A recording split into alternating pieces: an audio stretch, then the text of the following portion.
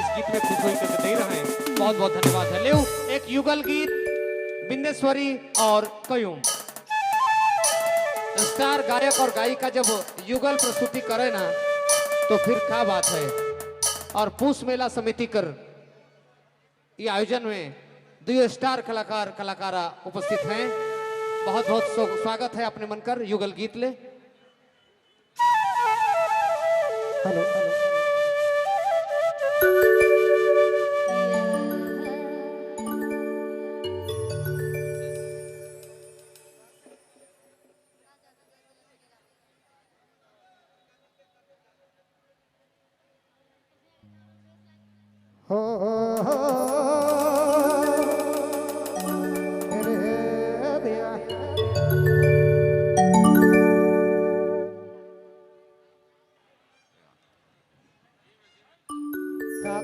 आज पहली बार है दीदी संगे डरो डरे गावत हो।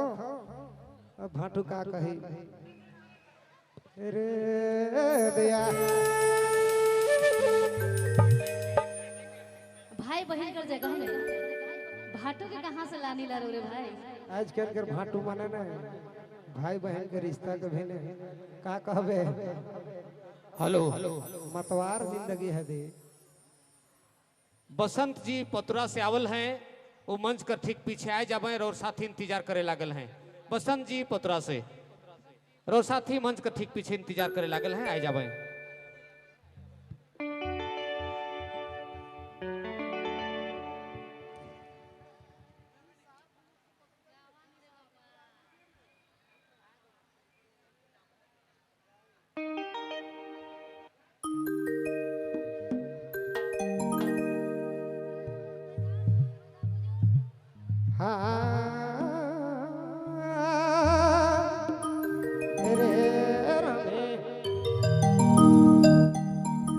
का तो गलती पाले अरे जा अते दिन छोड़ी देले का तो रे रानी का तो गलती पाले।